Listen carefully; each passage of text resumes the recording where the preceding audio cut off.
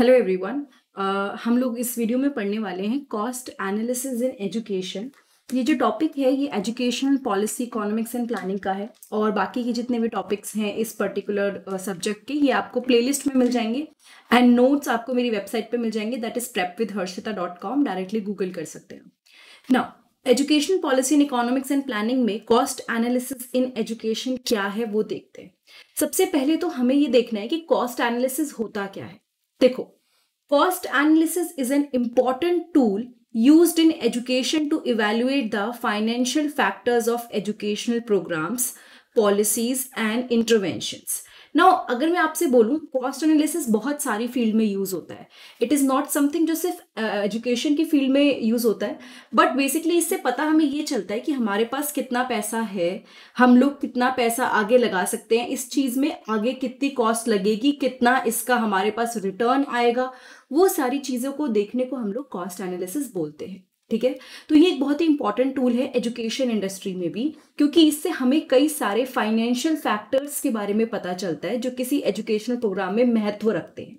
ठीक है, आप पॉलिसीज इंप्लीमेंट करने वाले हो, आप कोई एजुकेशनल प्रोग्राम इंप्लीमेंट करने वाले हो, लेकिन अगर आपको यही नहीं पता कि आपको नुकसान होगा, कितना पैसा जाएगा, कितना आएगा, तो आप लोगों के लिए तो वो यूजलेस हो जाएगा ना कोई भी पॉलिसी या प्लानिंग।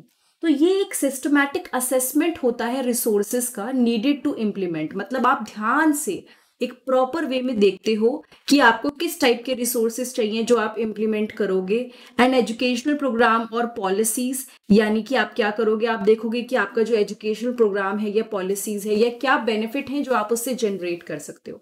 तो it is basically a systematic assessment किस चीज का, रिसोर्सेज का, जो आप इम्प्लीमेंट करोगे किस पे, एजुकेशन प्रोग्राम पे या पॉलिसी पे। एंड एक इंपॉर्टेंट चीज है कि आप उससे कितना बेनिफिट जनरेट करोगे। ठीक है, आप एजुकेशन प्रोग्राम रन कर रहे हो, बच्चों को फायदा हो रहा है, लेकिन आप नुकसान में तो ये चीज नहीं कर सकते ना। एज एन एजुकेशन इंस्टीट्यूशन अगर मैं इकोनॉमिक्स की बात करूं तो आपके लिए जरूरी है कि ठीक है, आप जो फंड लगा रहे हैं उससे कुछ आपको मिलना भी चाहिए, right. So the primary and main objective of cost analysis in education is to provide decision makers with accurate and relevant information to make decision about the allocation of resources। देखो, मैं आपको पहले एलोकेशन ऑफ रिसोर्सेज समझाती हूँ क्या होता है। Suppose आप एक इंस्टीट्यूशन रन कर रहे हो, आपके पास पैसा है, बहुत सारा पैसा है, आपको अलग अलग जगह लगाना है। तो आपने सोचा कि मैं इस चीज पे, साइंस लैब पे या एसएसटी या फिर किसी और चीज पे मैं इतना पैसा लगाऊंगा, मैं बच्चों के लिए जो बुक्स होगी करिकुलम बनाने पे इतना पैसा, मतलब अलग अलग जगह आपने बांट दिया। तो अब लेकिन आपने ये जो एलोकेशन ऑफ रिसोर्सेज किया, ये आप अपने इच्छा से नहीं कर सकते हो, आपको हर एक चीज को एनालाइज करना पड़ेगा।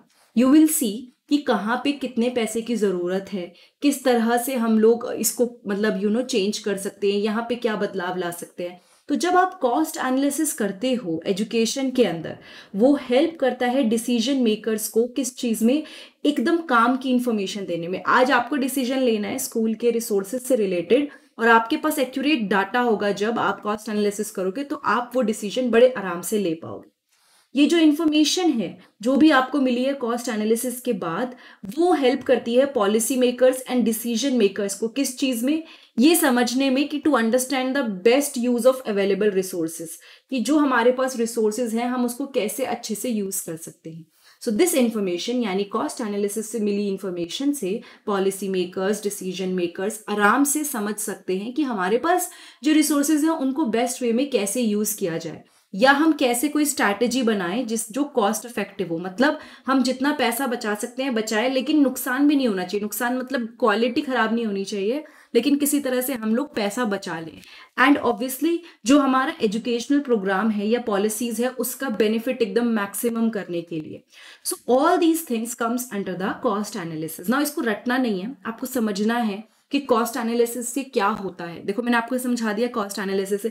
आप एक सिंपल सी चीज सोचो, आप कल को आपने डिसाइड किया कि मैं केक बेचना शुरू करूंगी घर से, ठीक है, तो आप सीधे ये तो नहीं सामान ला के शुरू कर दिया 70 रुपए लगा के या 80 रुपए लगा के।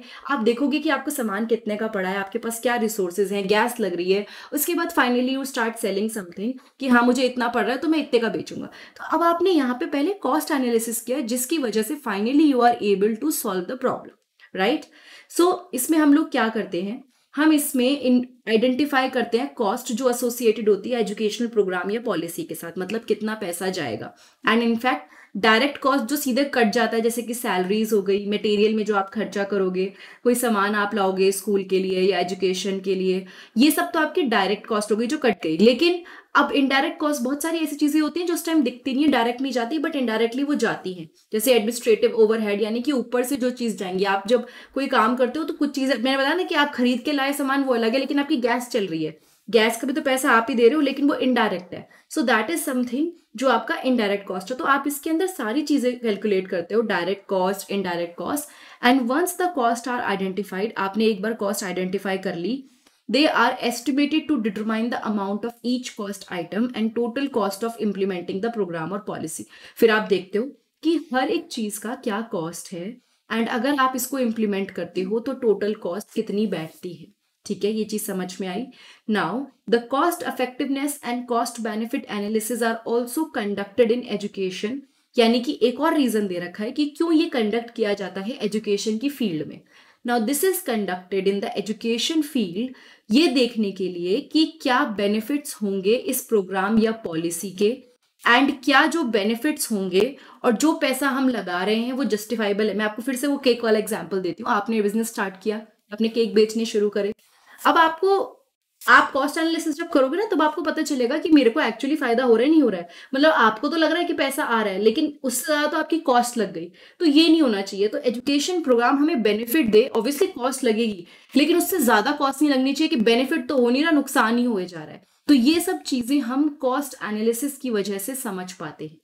ये जो एनालिसिस होते हैं, इनमें हम लोग कॉस्ट को कंपेयर करते हैं कि कितना पैसा लगा और क्या रिजल्ट आ रहा है इस प्रोग्राम और पॉलिसी का। जैसे कि अगर एक रिजल्ट हो सकता है कि बच्चों की लर्निंग बहुत अच्छी हो गई है, या फिर बच्चों की एंगेजमेंट बहुत अच्छी हो गई है, तो आप इससे फिर कॉस्ट को कंपेयर करते हो कि हमने इतना फंड लगाया और इतना बच्चे इंप्रूव कर रहे हैं। तो अगर आपको लग रहा है कि हाँ it is beneficial, then it is a good thing कि आप आगे बढ़ोगे, वरना आप चेंजेस लाओगे। ठीक है, overall it is an essential tool in education to ensure and maintain the efficient and effective use of resources। so it is a very important tool in education, जिससे ये ensure होता है कि कैसे आप efficient and effective use of resources कर सकते हो, and to achieve the desired educational outcome, कि जो आप पैसा लगा रहे हो उससे लोगों पे मतलब कितना benefit हो रहा है। So all these things comes under the cost analysis. Now आपको जब भी अभी टॉपिक पढ़ोगे या पेपर में आएगा, तो आप इसमें कई सारे एग्जाम्पल्स इंक्लूड कर सकते हो। ऐसा नहीं कि एजुकेशन में भी आप सोच सकते हो कि आपने स्कूल में चेंजेस लाए, बट अगर स्कूल में बच्चे नहीं आ रहे या बच्चे क्लास अटेंड नहीं कर रहे हैं, तो वो बेनिफिट हमारे लिए यूजलेस हो गए हैं। तो कॉस्ट एनालिसिस से किस किस तरह से हेल्प मिलता है, आप इसमें अपनी तरफ से एग्जाम्पल्स ऐड कर सकते हैं definitely, but the main important thing is कि आपको कंसेप्ट समझ में आए। एंड आई होप ये वीडियो देख के आपको ये कंसेप्ट समझ में आया होगा। एंड अगर ये वीडियो अच्छी लगी तो प्लीज़ चैनल को जल्दी से सब्सक्राइब कर दीजिए, बेल बटन पे क्लिक कर दीजिए ताकि आपको नोटिफिकेशन मिल जाए। मैं बीएड, एमएड, नेट से रिलेटेड वीडियो मोस्टली डालती हूँ, एंड साइंस से रिलेटेड वीडियो भी डालती हूँ, जो आपका क्या कहते हैं बीएड से रिलेटेड होता है। एंड साथ के साथ मेरी वेबसाइट्स पे मैं अपडेट करती रहती हूँ रिगार्डिंग एनीथिंग, आप उसको चेक कर सकते हैं। एंड आपको अगर और वीडियोस देखनी है तो मेरे चैनल पे जाइए, वहाँ पे आपको प्लेलिस्ट का ऑप्शन दिखेगा। प्लेलिस्ट पे जाके आप अलग अलग सब्जेक्ट्स के प्लेलिस्ट चेक कर सकते हैं, जहाँ पे आपको नोट्स मिलेंगे। So I think that is it for today. And अगर ये वीडियो अच्छी लगी तो फटाफट से सब्सक्राइब कर दीजिए।